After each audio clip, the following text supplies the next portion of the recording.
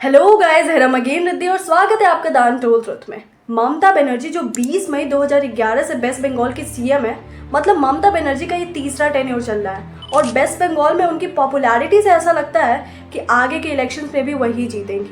ममता बनर्जी को वेस्ट बंगाल की जनता इतना प्यार करती है कि उन्हें दीदी कह के बुलाती है। उनकी इस पॉपुलैरिटी के पीछे क्या रीजन है? आज के इस वीडियो में हम ममता बनर्जी के पॉलिटिकल करियर और वेस्ट बंगाल की पॉलिटिक्स को समझेंगे। ममता बनर्जी ने अपने पॉलिटिकल करियर की शुरुआत 1970s में कांग्रेस पार्टी से की थी, पर उन्हें अटेंशन 1975 में मिला जब उन्होंने जयप्रकाश नारायण के खिलाफ प्रोटेस्ट करने के लिए उनके कार पर चढ़कर डांस कर दिया। 1984 के लोकसभा इलेक्शंस में ममता बनर्जी ने वेस्ट बंगाल के जादवपुर से सोमनाथ चटर्जी जो कम्युनिस्ट पार्टी से थे, उन्हें हराकर इंडिया के वन ऑफ द यंगेस्ट सांसदों में से एक हो गई।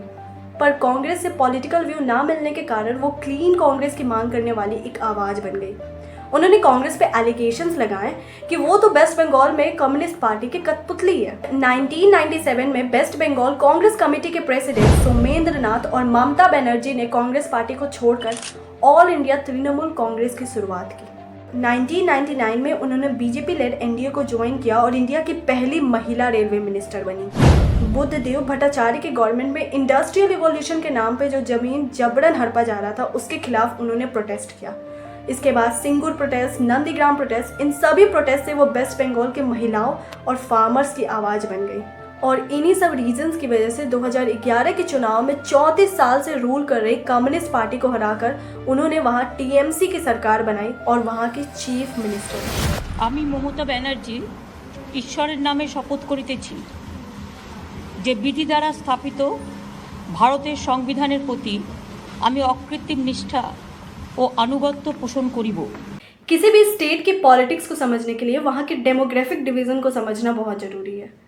अगर हम वेस्ट बंगाल के डेमोग्राफिक डिवीज़न की बात करें तो एरिया वाइज 87% लोग वहाँ पे बंगाली बोलते हैं। 2011 की जनगणना के हिसाब से वहाँ की 30% से ज़्यादा पॉपुलेशन मुस्लिम्स है और कुछ डिस्ट्रिक्ट्स जैसे मुर्शिदाबाद, मालदा और उत्तर दिनाजपुर की बात करें तो वहाँ की मेजॉरिटी पॉपुलेशन मुस्लिम्स है। एरिया वाइज डिवीज़न देखा जाए तो वहाँ 70% लोग रूरल एरिया में रहते हैं और 30% लोग अर्बन एरिया में। तो वहाँ मोस्टली 3 टाइप के लोग होते हैं, एक जो स्मॉल इंडस्ट्रीज़ और बिजनेसेस चलाते हैं, दूसरे जो फार्मर्स होते हैं और तीसरे जो इनफॉर्मल जॉब करते हैं।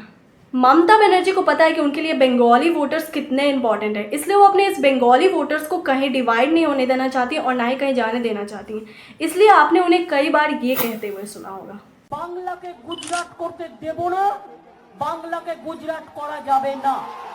34 ईयर से वेस्ट बंगाल में रूल कर रहे कम्युनिस्ट पार्टी ने जिस बंगाली ट्रेडिशन और लैंग्वेज पे इतना ध्यान नहीं दिया, ममता बनर्जी ने उस ट्रेडिशन को प्रिजर्व करने का काम किया है। उन्होंने सेंट्रल गवर्नमेंट से मांग की कि वो तमिल और संस्कृत की तरह बंगाली लैंग्वेज को भी क्लासिकल लैंग्वेज का दर्जा दें।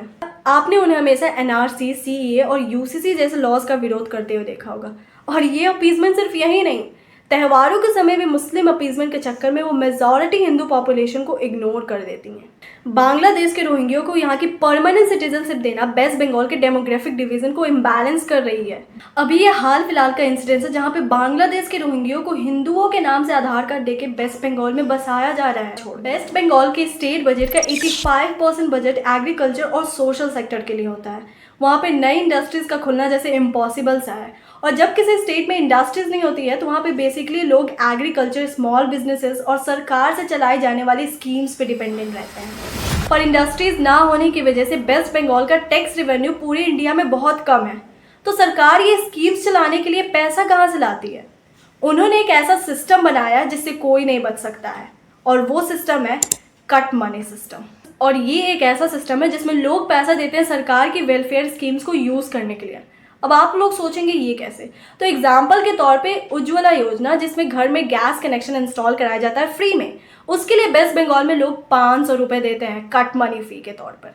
और वहीं निर्मल बांग्ला स्कीम, जिसके तहत आप अपने घर में टॉयलेट बनवा सकते हैं फ्री में, उसके लिए लोग कट मनी फी 2000 रुपये देते हैं। अब आप लोग सोचेंगे कि लोग ऐसा करते क्यों है, राइट? तो बेसिकली इसके पीछे 2 रीजंस हो सकते हैं। या तो लोगों को पता नहीं होगा कि ये स्कीम्स फ्री में है, या फिर लोगों के पास और कोई ऑप्शन ही नहीं है। तृणमूल कांग्रेस के कई ग्रुप्स भी हैं जिनको सिंडिकेट्स कहते हैं। अब इन ग्रुप्स का काम क्या होता है? इन ग्रुप्स का काम होता है हफ्ता वसूली करना और जो छोटे बिजनेसमैन होते हैं उन लोगों को सिक्योरिटी देना और उसके बदले पैसे लेना। ये ग्रुप तृणमूल कांग्रेस के लिए इतने लॉयल है कि दूसरे पार्टी के मेंबर्स और वोटर्स को जान से भी मार देती हैं। हिंसा चरम सीमा पर है। 300 से ज्यादा भारतीय जनता पार्टी के कार्यकर्ताओं की हत्या कर दी है। वेस्ट बंगाल में बढ़ते क्राइम ने लोगों का जीना मुश्किल कर दिया है। मोस्टली जो वुमेन्स है वो वहाँ पे बिल्कुल भी सेफ नहीं। इंडस्ट्रीज का ना होना वेस्ट बंगाल के इकोनॉमी को बहुत ही ज़्यादा नुकसान पहुँचा रही है। और इस पे बहुत लोगों की राय भी रहती है कि जो सेंट्रल गवर्नमेंट है वो वहाँ पे प्रेसिडेंट रूल लगा के उसको अपने कंट्रोल में ले सकती है। पर एक बार पहले भी हमारे कंट्री में प्रेसिडेंट रूल लग चुका है और उस समय लोगों के मौलिक अधिकारों को छीन लिया गया था। और अगर आप जानना चाहते हैं कि उस समय क्या हुआ था तो आप आई बटन पर क्लिक करके वो वीडियो देख सकते हैं। अगर आप ऐसे एनालिटिकल वीडियो और चाहते हैं तो please do subscribe our channel and press the bell icon for the latest notification.